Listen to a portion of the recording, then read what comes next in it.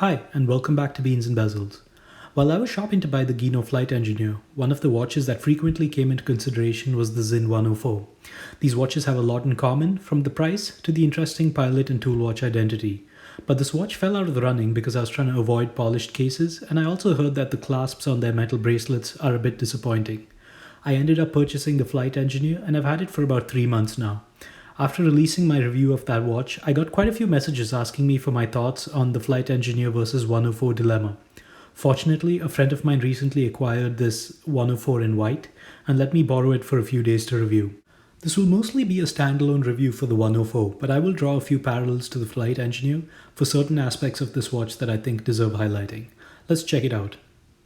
While the case dimensions are very appealing at 41mm in diameter, 47mm from lug to lug, and 11.5mm in height, the case design is quite typical of Sinn and Guinand watches. The entire case is polished, and this does make it more versatile, and with the wide dial, it could even work with formal attire. However, I would love to see them offer these models in a brushed or blasted case finish too. The lugs are pretty typical of this watch design and sharply angled down towards the wrist. The lugs do have beautifully beveled edges that definitely look more dress watch than tool watch. There is a well-proportioned crown at the 3 o'clock position that is accompanied by a subtle crown guard design. The crown has well-machined ridges that are very easy to grip and operate. The crown operating experience is excellent and there's no crown or stem wobble here.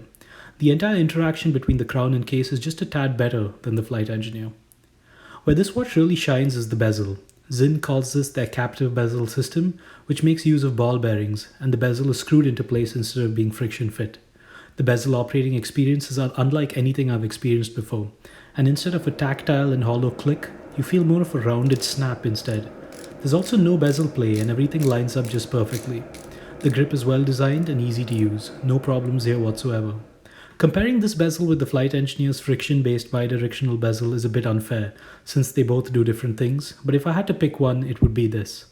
Flipping it over, there's an exhibition case back. The case back and crown screw down into the case, and this watch is rated for up to 200 meters of water resistance, which is pretty cool for a self-proclaimed pilot's watch. As a quick aside, I do prefer this case back to the Flight Engineer, not because of the exhibition window, but because of how flat it is. The Flight Engineer's case back bulges out of the case significantly.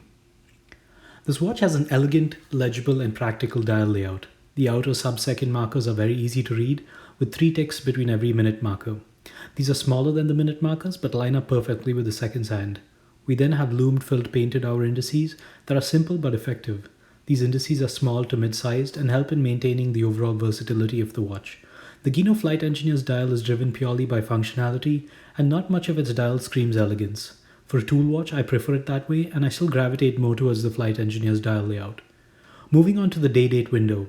I'm not a fan of these windows. I don't have a problem with the complication, but more so in how they are integrated into the dial. It seems to almost always come at the cost of dial symmetry. This watch would look incredible without it, without a date window even. But it is well finished and has a neatly painted border. The hands continue the contrasting black and white theme, and are syringe-style hands filled with the same loom as the rest of the dial. The minute and seconds hand extends over the minute and seconds tracks, but the seconds hand just about reaches the sub-second track, which is totally fine by me. The seconds hand also has a loomed element, which altogether makes for a great handset. Overall, while this is a more versatile dial, I prefer the serious tool watch aesthetic of the Flight Engineer, so for me this round goes to the Guinand. The loom is very good. I believe they're using the same grade X1 C3 Super Luminova, similar to my Guinand Flight Engineer. The hands and bezel triangle are very bright, and the hour indices a little less so because of the small surface area. They run bright and hold their charge well through the night. No complaints here whatsoever. The loom bezel triangle is definitely better than that of the Flight Engineer because of the larger surface area and the lack of a weakly loomed pip. This watch uses a Sellita SW220-1, the same movement used on the Guinand Flight Engineer. Here, the movement is on display thanks to the exhibition case back. Sinn have done a great job making it look good, with a beautiful gold rotor that has the brand's logo on it. This movement is a typically good one, and my Flight Engineer has been keeping very good time with an average accuracy of around plus 3 seconds per day. I logged the accuracy of the Sinn over a 2-day period and observed roughly plus 12 seconds per day, so this watch could definitely use some regulating. Unfortunately, I only had the watch for a short duration of time, so I couldn't do more extensive measurements. The case dimensions of 41 by 47 by 11.5 millimeters are perfect for my 6¼ inch wrist. The exhibition case back is flat and this allows it to sit very low and comfortably on my wrist. The height of 11.5 millimeters is quite a blessing, and while this isn't dress watch territory, it allows the watch to be easily dressed up or down. Sinn says this is a pilot watch, but it's really just an excellent everyday watch. The original brown leather strap came quite battered, so I put it on my Delugs black Epsom strap instead, which is light and supple. The stock leather strap appears much thicker and heavier. On the Deluxe strap, this watch weighs about 80 grams, which is very reasonable for a 200-meter water-resistant tool watch. So in terms of comfort, this watch comes out ahead of the Flight Engineer. The Flight Engineer's bulk is a byproduct of the anti-magnetic cage built around the cylinder movement, which results in a 14.5mm case, as well as a significant amount of extra weight. So to wrap things up quickly, the Sinn 104 is an excellent watch. The white dial variant has an incredible range. It's got dive watch, pilot watch, and some casual dress watch DNA. It might just be one of the best go anywhere, do anything pieces you can buy today. Sinn is known to make watches that last, so I wouldn't hesitate recommending this piece. When compared to the Flight Engineer, this watch does stand out with a slightly better crown and case operating experience, the fantastic bezel, and the arguably more comfortable wrist presence.